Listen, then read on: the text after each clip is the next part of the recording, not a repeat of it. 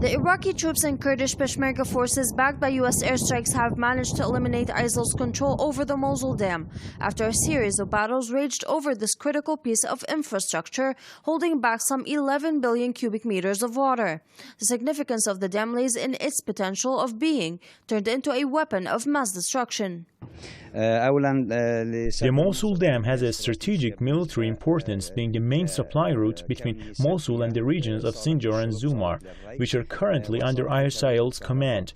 It gave ISIL the capability of flooding Mosul and even parts of Baghdad and drowning hundreds of thousands of Iraqis. The Peshmerga have regained full control over the dam.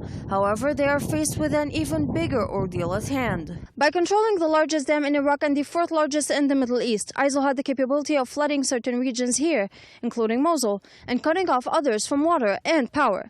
Now, Peshmerga command here tells Press TV that though this battle is over, the war is far from being done, especially as they have some 3 tons of explosives to dismantle from the dam. We are talking about a highly sophisticated network of landmines and planted explosives, which have, according to Serdar Dosky, the commander of the Kurdish Popular Defense Forces, have taken the lives of 11 Kurdish soldiers so far and injured around 40 others. ISIL is a well-trained and equipped offspring of the US-nurtured Al-Qaeda. They have been trained at the hands of bomb experts and are capable of remotely triggering bombs.